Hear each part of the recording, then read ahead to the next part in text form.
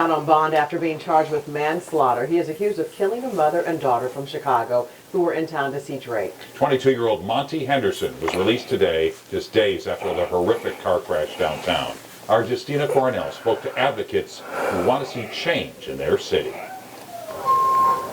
A horrific tragedy changing multiple lives forever. Unfortunately, it's not the first time downtown St. Louis has witnessed this. 2 lives were taken Tuesday night on Olive and 18th Street. 42-year-old Leticia Bracero and her 21-year-old daughter, Alyssa Cordova, were visiting from Chicago to see Drake. Of course our family wants justice. They didn't do anything wrong. They were just minding their business, trying to enjoy life. 22-year-old Monty Henderson was charged with involuntary manslaughter and armed criminal action. Court documents say he was going more than 70 miles per hour before speeding through the red light at more than double the speed limit and eventually hitting the 2 women on the crosswalk. It's an ongoing problem, has been for several years now. It certainly got worse during the pandemic, but the only thing that'll deal with it is more enforcement. The push for change continues. Les Sturman is with the Citizens for a Greater Downtown St. Louis. He said their group even made a safety plan 3 years ago. A day doesn't go by down here when you don't see people going through red lights, going the wrong way on one-way streets, speeding. And organizations like TrailNet strive for safer streets. When we have big events in the city of St. Louis, taking those extra measures to close streets if we can, as we know people are exiting venues like that. The nonprofit also creates yearly crash reports, and they've learned Olive Street is considered a high crash corridor. It's big, it's wide, it's straight. They are working for driver education as they fight for a safer future. St. Louis really has to do better to try and make it safer for people who want to come and enjoy what we have to offer.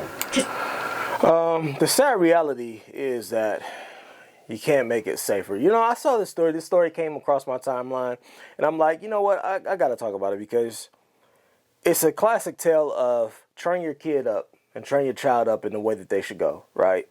I believe that as an adult and as a parent, your first and foremost responsibility is to make sure that your child, your kid, is not a danger to the rest of society.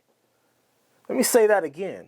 Your job, your main job as a parent is to make sure that your child is a productive member of society and not a danger and hindrance to it. Anytime something happens, now granted, there are times when your kid, you just can't go, when they grow up and they've left the nest, there's nothing you could do there on their own, right? But I believe that inherently your values and the things that you learn early on are things that you take with you into adulthood that will shape and mold who you are as a person. This article, I'm going to read it because this is absolutely pathetic. And the fact that I don't know why they have Drake's picture here like he was involved in this shit, but that's just, you know, that's the internet and media for you, right? It gets more attention if they slap Drake's picture on it. Anyway, let's read the story. It says a mother and daughter have lost their lives after a reckless driver ran them over as they crossed the street.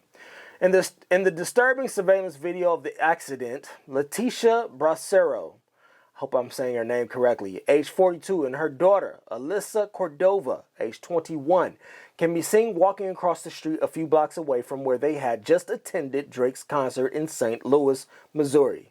As soon as they walked on the street, a Jeep Cherokee came speeding through a red light. It sideswiped the car, then hit both Leticia and Alyssa. Unfortunately, Leticia died at the scene and Alyssa passed away at the hospital. Police say the driver, Monty Henderson, was going over 70 miles per hour at the time of the collision. Henderson reportedly was running red lights for blocks before reaching Leticia and Alyssa. It's unclear why he was driving so carelessly, but he was arrested and charged with two counts each of armed criminal action and involuntary manslaughter. He is currently out on a $20,000 bail.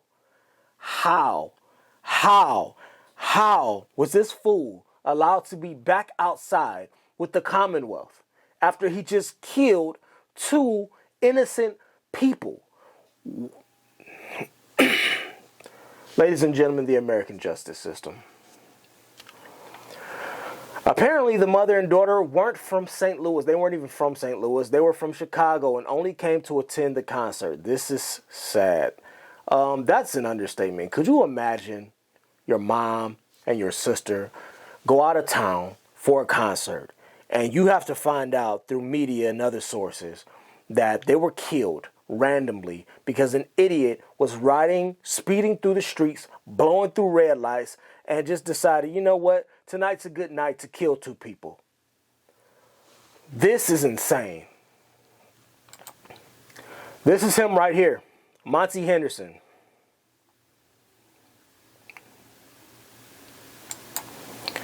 Doesn't look like he has an ounce of remorse in him. Was he on drugs or something? I don't know. It doesn't even matter. This is the intersection where he's blowing through.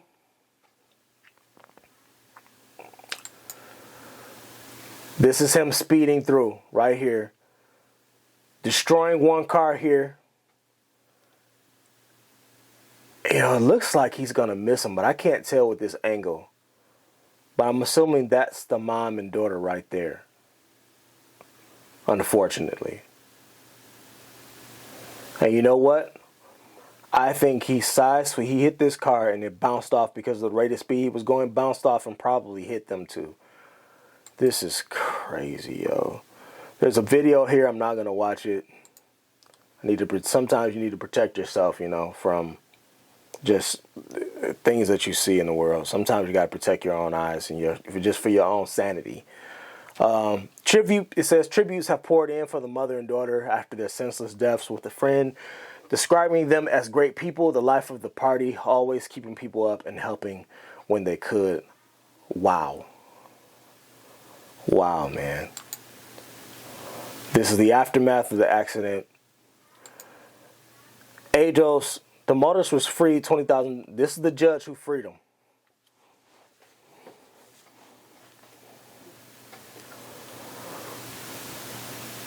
She let him out on $20,000 bond. Why? Why would he ever?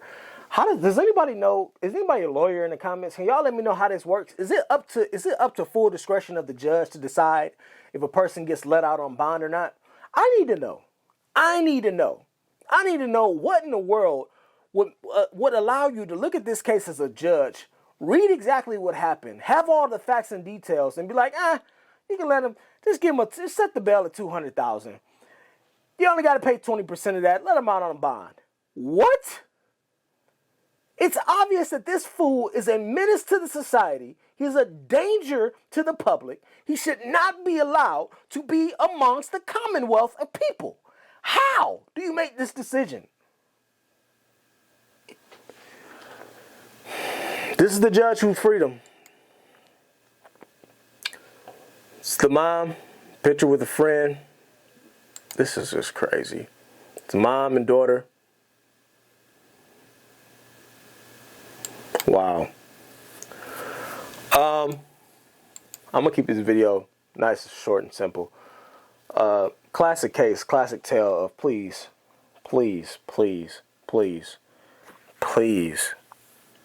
if you are a parent, you got one responsibility, you got one job. I hope that I never, ever, ever get a phone call.